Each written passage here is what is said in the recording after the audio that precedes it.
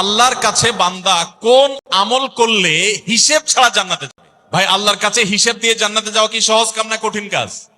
আরে আল্লাহর কাছে তো অনেক দূরের কথা।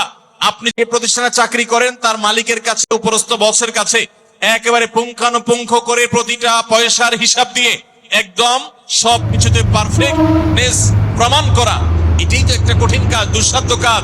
সেখানে সারা জীবনের হিসাব আল্লাহর কাছে দিয়ে পাই পাই করে তারপর আপনি জান্নাতে যাবেন, বিষয়টা এত সহজ? তাহলে হিসেব ছাড়া আল্লাহ তাআলা এমনিতে বলবেন হিসাব টিসাব নাই, তোমাকে এমনি জান্নাতে দিলাম, এটা চান আপনারা? দেখুন কোরআনে কারীমে আল্লাহ তাআলা বলছেন, ইন্নামা ইউওয়াফাস সাবিরুনা আজরাহুম বিগাইরি হিসাব। আল্লাহ বিনিময় দেওয়ার ক্ষেত্রে, সওয়াব দেওয়ার ক্ষেত্রে দুনিয়াতে যারা সবরকারী হবে, যারা ধৈর্যশীল হবে, যারা সহিষ্ণু হবে, যারা নিজেকে নিয়ন্ত্রণ করতে পারবে, এই সবরকারীদেরকে আল্লাহ তাআলা হিসেব ছাড়া দিবেন।